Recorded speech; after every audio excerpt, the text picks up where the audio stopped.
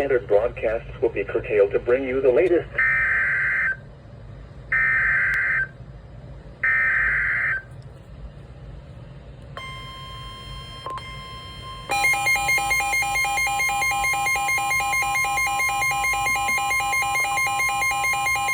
The National Weather Service in Chicago has issued a severe thunderstorm warning for southeastern Ogle County in north-central Illinois, northern DeKalb County in north-central Illinois, until 5:15 p.m.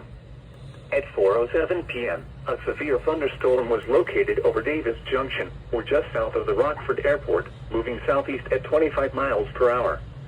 A train spotter earlier reported wind damage near Seward. Hazard, 60 miles per hour wind gusts and quarter-size hail. Source, trained weather spotters. Impact, hail damage to vehicles is expected. Expect wind damage to roofs, siding, and trees. Locations impacted include DeKalb, Sycamore, Rochelle, Genoa, Cortland, Kirkland, Hillcrest, Maple Park, Kingston, Malta, Creston, Lindenwood, Monroe Center, Fairdale, and Kings.